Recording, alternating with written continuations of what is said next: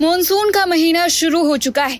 ऐसे में तपती गर्मी से बेहाल होकर आप आसमान की तरफ आंखें टिकाए बैठे हैं कि कब काली घटाएं छाएंगी और कब वो राहत की बूंदें बरसेंगी।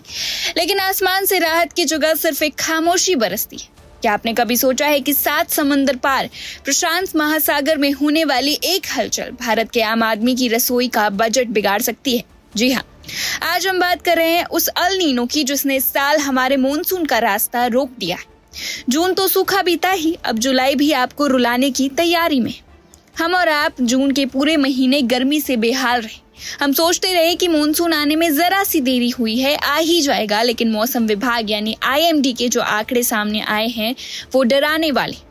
साल 1927 से लेकर 2026 तक यानी पिछले 100 सालों के इतिहास में ये तीसरा ऐसा मौका था जब जून का महीना इतना सूखा बीता।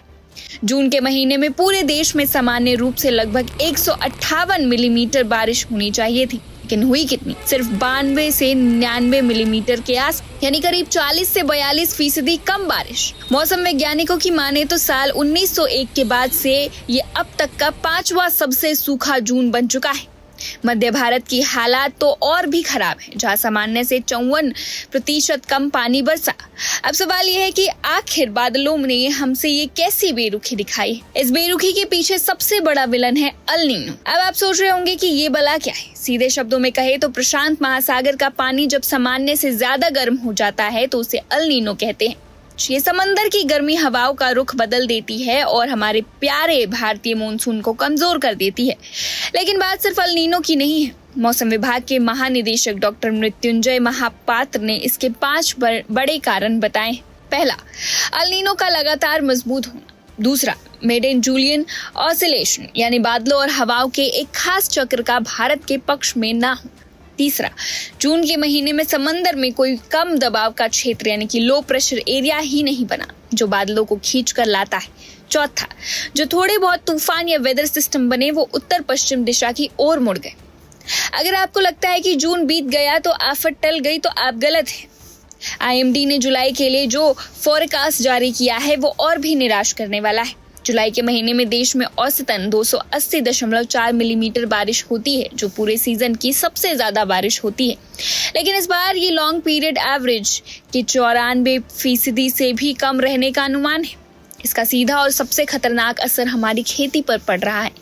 देश में खरीफ की फसलें जैसे धान, दालें, सोयाबीन और कपास की बुआई में पिछले साल के मुकाबले करीब 23% की भारी गिरावट आई है। मिट्टी में नमी ही नहीं है तो किसान बीज कैसे बोए? अगर जुलाई में ही यही हाल रहा तो आने वाले दिनों में अनाज, दालों और सब्जियों की कीमतें आसमान छूने लगेंगी, यानी आपकी और हमारी थाली पर महंगाई का सीधा हमला होना तय है। हालांकि मौसम पूरी तरह बेरहम नहीं है। देश के कुछ हिस्सों को राहत भी मिलेगी। मौसम विभाग के मुताबिक मध्य, पश्चिमी और उत्तरी भारत के बड़े हिस्सों में भले ही सामान्य से कम बारिश होगी, लेकिन उत्तर पश्चिम भारत, पूर्व मध्य भारत और पूर्वांचल के राज्यों में सामान्य या उससे ज्यादा बारिश देखने को मिल सकती है। इसके अलावा एक अच्छी खबर ऑस्ट्रेलिया के मौसम ब्यूरो से भी आ रही है। मॉनसून के दूसरे हिस्से यानी अगस्त और सितंबर में हिंद महासागर में पॉजिटिव इंडियन ओशन डिपोल बन सकता है।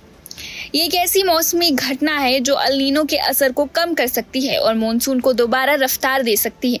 अगले 2-3 दिनों में उत्तराखंड, हिमाचल, दिल्ली और पंजाब के कुछ हिस्सों में मॉनसून के आगे बढ़ने के लिए हालात अनुकूल बन रहे हैं।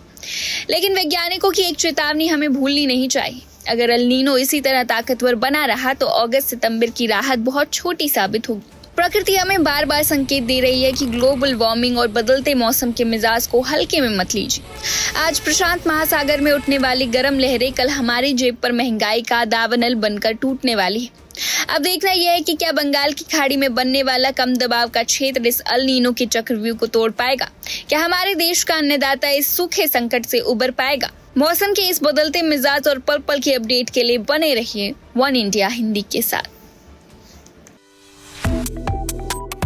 Subscribe to One India and never miss an update. Download the One India app now.